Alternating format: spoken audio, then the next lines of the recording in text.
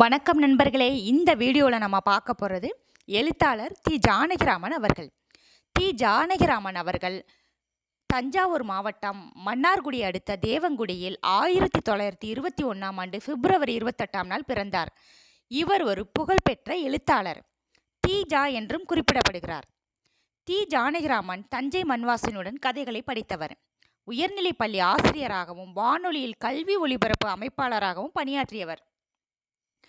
வடமொழி அறிவும் சிறந்த இசையறிவும் கொண்ட இவர்தம் கதைகள் மணிக்கொடி, கிராம ஊழியன், கணையாளி, கலைமகள், சுதேசமித்திரன், ஆனந்த விகடன், கல்கி போன்ற இதழ்களில் வெளிவந்தன. நாவல்களையும் நாடகங்களையும் இவர் படித்துள்ளார். அவரவர் அனுபவிப்பதும் எழுத்தாக வடிப்பதும் அவரவர் முறை என்று கோட்பாட்டை கொண்டவர். இவர் தமிழ் கதையுலகம் நவீனமயமானதில் இவரது பங்களிப்பு குறிப்பிடத்தக்கது. மோகமுள், மரப்பசு, அம்மா வந்தால், சிவப்பு ரிக்ஷா போன்ற நூல்களையும் எழுதியுள்ளார். தி. ஜானகிராமன் அவர்கள் தனது ஜப்பான் பயண அனுபவங்களை உதயசூரியன் என்னும் தலைப்பில் சுதேசமித்திரன் வார இதழில் எழுதியுள்ளார். இது 1967 நூலாக வெளியிடப்பட்டது. ரோம், செக்கோஸ்லோவியா சென்ற அனுபவங்களை கருங்கடலும் கலைக்கடலும் என்னும் தலைப்பில் 1974 நூலாக வெளியிட்டார்.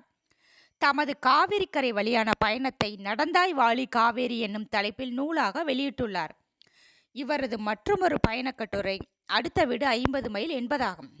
1979ஆம் ஆண்டு சக்தி வைத்தியம் என்னும் சிறுகதை தொகுப்பிற்காக தி. ஜானகிராமன் அவர்கள் சாகித்ய அகாடமி விருது பெற்றுள்ளார்.